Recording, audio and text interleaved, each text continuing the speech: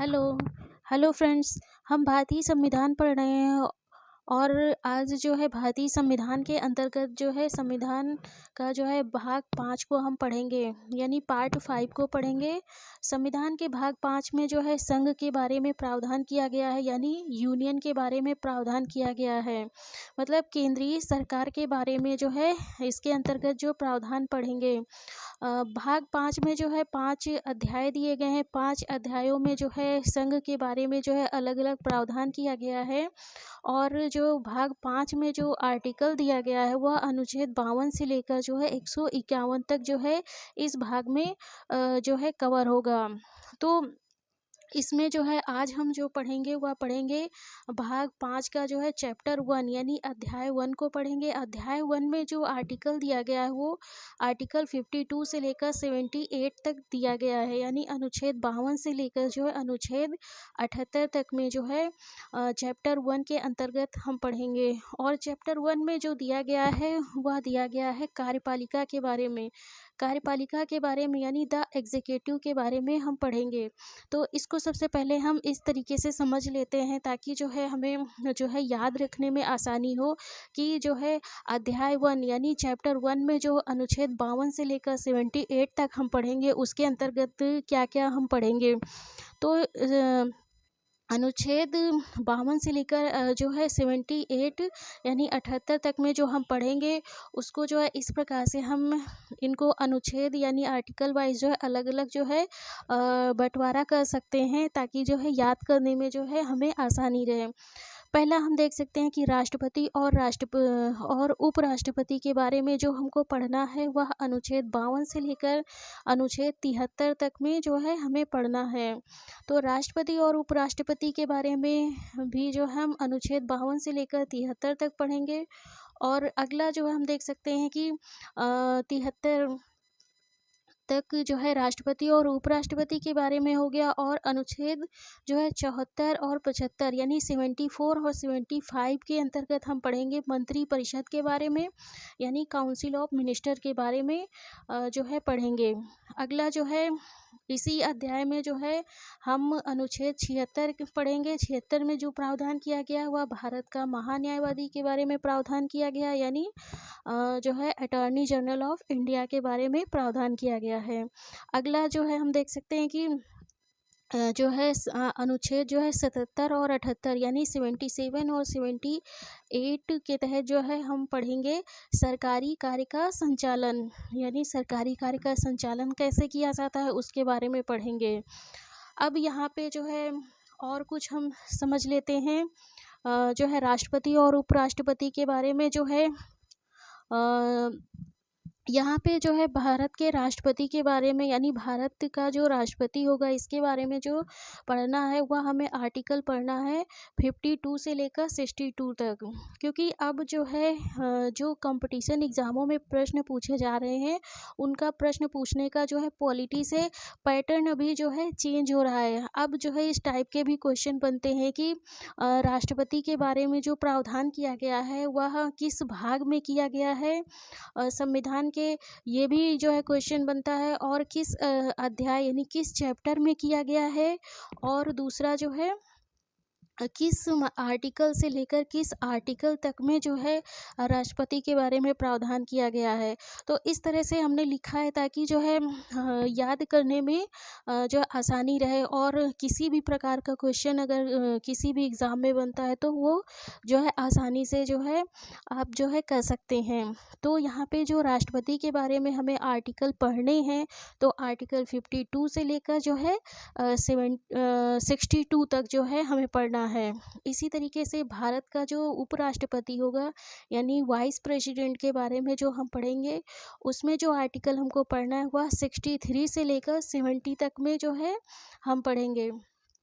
अगला जो है अन्य उपबंध यानी अन्य प्रोविज़न जो संविधान में जो दिए गए हैं राष्ट्रपति और उपराष्ट्रपति से संबंधित, वह हम पढ़ेंगे 71 और 72 और उसके बाद 73 में। तो हमारा ये राष्ट्रपति और उपराष्ट्रपति का जो है भाग कंप्लीट हो जाएगा। इसी में 72 के तहत जो है राष्ट्रपति की जो क्षमादान की शक्तियाँ हैं उसके बारे में भी हम पढ़ेंगे। तो अब चलते हैं, स्टार्ट करते हैं हम जो है राष्ट्रपति से हम स्टार्ट करेंगे जो है पढ़ना, और आगे चल के जो है इस भाग को हम पूरा टोटल कंप्लीट करेंगे अनुच्छेद 52 से लेकर अनुच्छेद 151 तक जो है, क्योंकि यह जो है पार्ट जो है बहुत ही इम्पॉर्टेंट पार्ट है और लगभग जो है लगभग 50 से 60% पॉलिटी जो है इस भाग से ही कवर होती है। यानी संविधान का जो जीके जीएस जो भी बनता है क्वेश्चन, और जो पॉलिटी राज्य व्यवस्था से संबंधित जो प्रश्न आते हैं, लगभग 50 से 60% जो है पॉलिटी जो है भाग 5 से ही कवर होती है। तो इसमें जो है एक एक आर्टिकल को जो है हम बहुत ही डिटेल में समझेंगे और बहुत ही अच्छे से समझेंगे। तो अब हम स्टार्ट करते हैं। जो है पहले हम पढ़ेंगे भारत का राष्ट्रपति के बारे में, यानी प्रेसिडेंट ऑफ इंडिया के बारे में, जिसमें हम कवर करेंगे अनुच्छेद 52 से लेकर अनुच्छेद 62 तक। पहले हम कम्प्लीटली जो है प्रेसिडेंट ऑफ इंडिया के बारे में पढ़ेंगे। प्रेसिडेंट ऑफ इंडिया के बारे में जो है इसका जो है अपॉइंटमेंट कैसे होता है, इसकी क्वालिफ़िकेशन क्या है, और इसका जो है इलेक्शन कैसे होता है प्रेसिडेंट ऑफ इंडिया का, इन सब चीज़ों के बारे में पढ़ेंगे बहुत डिटेल में, जिससे बहुत सारे क्वेश्चन भी जीके जीएस में पॉलिटी के अंतर्गत पूछे जाते हैं। तो हम अब स्टार्ट करते हैं अनुच्छेद 52 को, यानी आर्टिकल 52 को। आर्टिकल 52 में जो है यह प्रावधान किया गया है कि जो है भारत का राष्ट्रपति यानी प्रेसिडेंट ऑफ इंडिया, इसमें कहा गया है कि भारत का एक राष्ट्रपति होगा, यानी भारत का एक राष्ट्रपति होगा। इसका मतलब यह होता है कि भारत के राष्ट्रपति का जो पद है वह रिक्त नहीं होगा। तो जो है अगर राष्ट्रपति का पद रिक्त हो जाता है तो उसके स्थान पर जो है उपराष्ट्रपति कार्य करेगा, और यदि उपराष्ट्रपति भी नहीं है तो भारत का जो मुख्य न्यायाधीश होगा वह राष्ट्रपति के पद पर जो है कार्य करेगा, और जल्द से जल्द जो है राष्ट्रपति का पद रिक्त होने पर जो है उसका जो है निर्वाचन 6 महीने के अंदर जो है करवा लिया जाएगा। तो इसका मतलब ये है कि भारत का राष्ट्रपति का पद जो है जो है दिन के लिए भी जो है रिक्त नहीं छोड़ा जा सकता है। तत्काल जो है उस पद पर जो है कोई ना कोई राष्ट्रपति के रूप में जो है अपॉइंट हो जाएगा, मतलब उपराष्ट्रपति अपॉइंट हो जाएगा, या भारत का मुख्य न्यायाधीश कार्य करने के लिए अपॉइंट हो जाएगा। तो जो है अनुच्छेद 52 जो है एक जो है डिक्लेरेटरी या कह सकते हैं या घोषणात्मक आर्टिकल है, जिसमें जो है यह घोषणा की गई है या डिक्लेरेशन किया गया है कि भारत का जो है एक राष्ट्रपति होगा। अब हम अगला आर्टिकल देखते हैं अनुच्छेद 52, यानी 52 के बाद जो है आर्टिकल जो है 53 को हम देखते हैं। आर्टिकल 53 को हम पढ़ेंगे तो इसके साथ ही हमें आर्टिकल 73 और 74 को भी देखना होगा। तो देखते हैं आर्टिकल 53 यानी 53 में जो क्या दिया गया है। आर्टिकल 53 में जो प्रावधान किया गया है वह यह किया गया है कि संघ की जो है कार्यपालिका शक्ति जो है किस में निहित होगी। तो आर्टिकल 53 में यह स्पष्ट किया गया है कि संघ की जो कार्यपालिका शक्ति होगी वह राष्ट्रपति में निहित होगी, यानी राष्ट्रपति में वेस्टेड होगी, और जो है और वह यानी राष्ट्रपति इसका प्रयोग जो करेगा वह इस संविधान के अनुसार या तो स्वयं इन शक्तियों का प्रयोग करेगा या जो है अपने अधीनस्थ अधिकारियों के द्वारा करेगा। तो यहाँ पे जो है 2 पॉइंट मिलते हैं कि जो कार्यपालिका शक्ति होगी जो है वह राष्ट्रपति में वेस्टेड होगी यानी निहित होगी अनुच्छेद 53 के अनुसार, और उस शक्ति का प्रयोग जो है राष्ट्रपति इस संविधान के अनुसार या तो स्वयं करेगा या जो है अपने अधीनस्थ अधिकारियों के द्वारा करेगा। तो यहाँ पे जो अधीनस्थ अधिकारी आया है, तो अधीनस्थ अधिकारी का मतलब यहाँ पे होता है मंत्रिपरिषद, यानी काउंसिल ऑफ मिनिस्टर होता है। और जो आर्टिकल जो है 74, आर्टिकल 74 में जो है यह स्पष्ट कर दिया गया है कि यह स्पष्ट कर दिया गया है कि राष्ट्रपति को सहायता और सलाह देने के लिए एक मंत्रिपरिषद होगी, और मंत्रिपरिषद की सलाह से ही जो है राष्ट्रपति जो है कार्य करेगा। और जो मंत्रिपरिषद होगी, इसका प्रधान जो होता है वह प्रधानमंत्री होगा। यह अनुच्छेद जो है 74 के तहत स्पष्ट कर दिया गया है। और जो है यहाँ पे जो है 74 में यह भी जो है जो है स्पष्ट जो है प्रावधान किया गया है कि जो राष्ट्रपति होगा वह मंत्रिपरिषद की सलाह जो है मानने के लिए बाध्य होगा। वो जो है अपने विवेक से जो है कोई कार्य नहीं करेगा। तो अनुच्छेद 74 को हम आगे पढ़ेंगे डिटेल में। तो यहाँ पे जो है अधीनस्थ अधिकारी का मतलब जो है मंत्रिपरिषद यानी काउंसिल ऑफ मिनिस्टर्स की सहायता और मंत्रणा से जो है ही राष्ट्रपति जो है कार्यों का संचालन करेगा। अगला जो है, जो संघ की कार्यपालिका शक्ति जो है क्या होगी, इसके बारे में जो है संविधान में जो है कहीं भी स्पष्ट रूप से उल्लेख जो है नहीं किया गया है। अर्थात मतलब कार्यपालिका शक्ति क्या होगी, इसका जो संविधान में कहीं भी स्पष्ट उल्लेख नहीं किया गया है।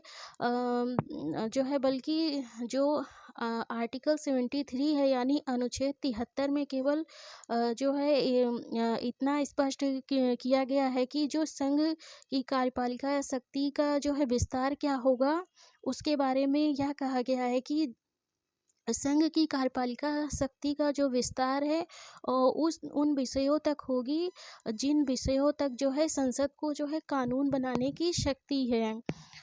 तो इससे जो है क्या है, स्पष्ट नहीं होता है कि जो है संघ की कार्यपालिका शक्ति का विस्तार जो है कहाँ तक हो सकती है। इसको एक सीमा में जो है नहीं बांध सकते हैं कि जो है संघ की कार्यपालिका शक्ति जो है क्या होगी, या इसकी कोई सार्वभौमिक परिभाषा देना संभव नहीं है।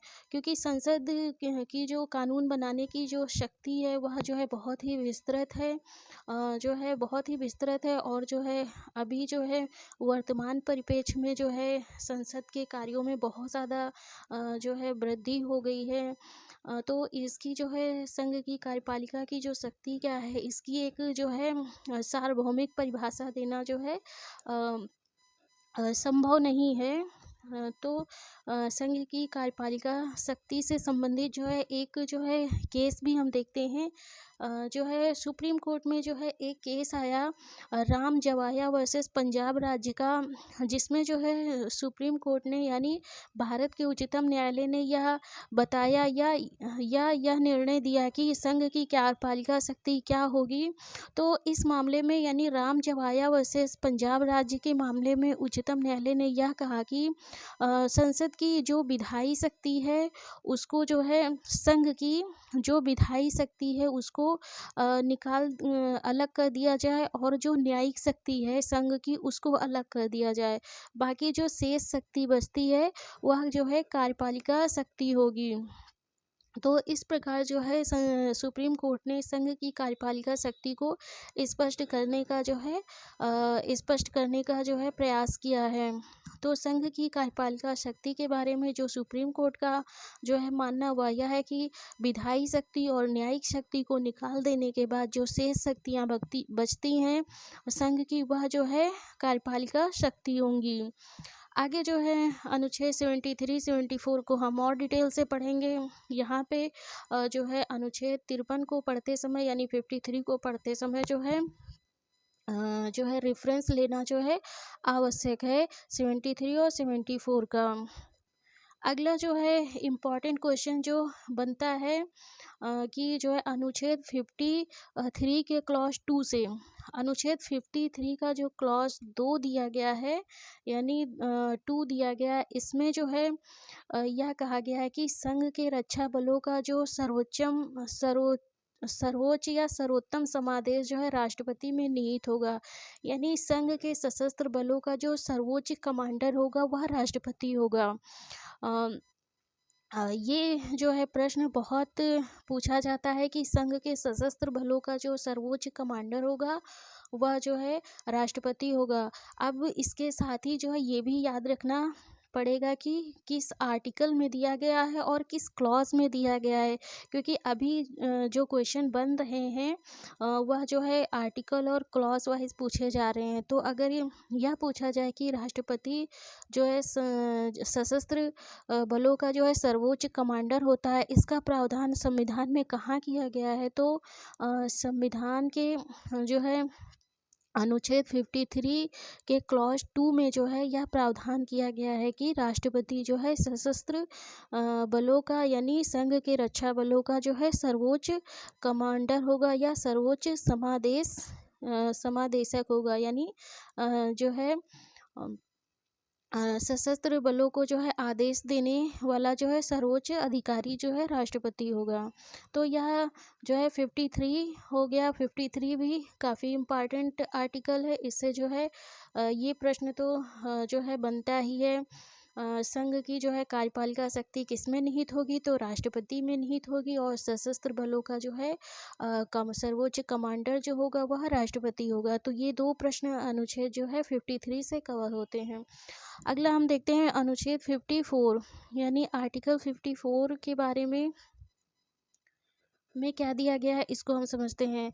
तो अनुच्छेद जो 54 दिया गया है, इसमें दिया गया है राष्ट्रपति का निर्वाचन, यानी राष्ट्रपति का निर्वाचन, इलेक्शन ऑफ द प्रेसिडेंट के बारे में दिया गया है। इसमें जो है निर्वाचक मंडल या निर्वाचक राष्ट्रपति के निर्वाचक मंडल में या निर्वाचक गण में जो है कौन से सदस्य भाग लेंगे, इसके बारे में जो है अनुच्छेद 54 में बताया गया है। और अनुच्छेद 55 में जो बताया गया वह निर्वाचन कैसे होगा, यानी इलेक्शन का जो मेथड या प्रोसीजर बताया गया है। तो अभी हम पहले जो देखते हैं आर्टिकल 54 को। आर्टिकल 54 के तहत जो है निर्वाचक गण में जो है या निर्वाचक मंडल में जो है कौन कौन से सदस्य भाग लेंगे, इसके बारे में हम देखते हैं। तो जो निर्वाचक मंडल बनता है उसको जो है इलेक्टोरल कॉलेज बोलते हैं, यानी इलेक्टोरल कॉलेज बोलते हैं निर्वाचक गण को इंग्लिश में। और इसमें जो सदस्य होंगे वे होंगे जो है पहला जो है संसद के दोनों सदनों के यानी राज्यसभा और लोकसभा के निर्वाचित सदस्य जो है इसमें भाग लेंगे। जो संसद में लोकसभा और राज्यसभा के मनोनीत सदस्य होते हैं वह राष्ट्रपति के निर्वाचन में भाग नहीं लेते हैं। दूसरा जो है राज्य की विधानसभाओं के जो है निर्वाचित सदस्य इसमें भाग लेंगे। राज्य की विधानसभाओं के अंतर्गत जो है संघ शासित जो राज्य की विधानसभा है, दिल्ली राज्य, उसकी विधानसभा के मेंबर भी भाग लेंगे। और जो पांडिचेरी है संघ शासित, इसकी विधानसभा के मेंबर भी जो है भाग लेंगे राष्ट्रपति के निर्वाचन में। तो जो है संसद के दोनों सदनों यानी राज्यसभा विधानसभा के निर्वाचित सदस्य राष्ट्रपति के निर्वाचक मंडल में शामिल होंगे, और राज्यों की विधानसभा के जो है निर्वाचित सदस्य जो होंगे वही जो है इसमें निर्वाचक मंडल में शामिल होंगे। जो मनोनीत सदस्य होंगे वह जो है इसमें शामिल नहीं होंगे। और राज्य की जो विधान परिषदें होती हैं, यानी विधान परिषद के सदस्य जो है राष्ट्रपति के इलेक्शन में भाग नहीं लेती हैं। क्यों नहीं भाग लेती विधान परिषदें, इसका कारण यह है कि जो है भारत में जो है 28 राज्य हैं, और 28 राज्य में जो है सभी राज्यों में जो है विधान परिषदों का गठन जो है नहीं किया गया है। केवल 6 राज्यों में ही विधान परिषदों का गठन किया गया है। इसलिए जो है जो विधान परिषद के सदस्य होते हैं वो राष्ट्रपति के इलेक्शन में भाग नहीं लेते हैं। अब राष्ट्रपति का जो है निर्वाचन की क्या प्रक्रिया होगी, यानी क्या प्रोसीजर होगा या क्या मेथड होगा, इसके बारे में हम आर्टिकल 55 में प्रावधान किया गया है, जिसको हम पढ़ेंगे। राष्ट्रपति का जो निर्वाचन होता है यानी जो इलेक्शन होता है यह जो है इनडायरेक्टली होता है, यानी अप्रत्यक्ष रूप से निर्वाचन द्वारा जो है राष्ट्रपति जो है चुने जाते हैं। इसमें जो है जनता जो है डायरेक्ट जो है भाग नहीं लेती है राष्ट्रपति के निर्वाचन में। जनता द्वारा चुने हुए जो प्रतिनिधि, सांसद और विधायक होते हैं, वह ही जो है राष्ट्रपति के निर्वाचन में भाग लेते हैं। तो राष्ट्रपति के निर्वाचन की जो है प्रक्रिया काफ़ी टफ है, तो इसके बारे में जो है हम बहुत ही जो है आसान भाषा में समझेंगे और बहुत ही जो है डिटेल में हम समझेंगे। अगली वीडियो में जो आर्टिकल 55 में दिया गया है उसको जो है हम समझेंगे।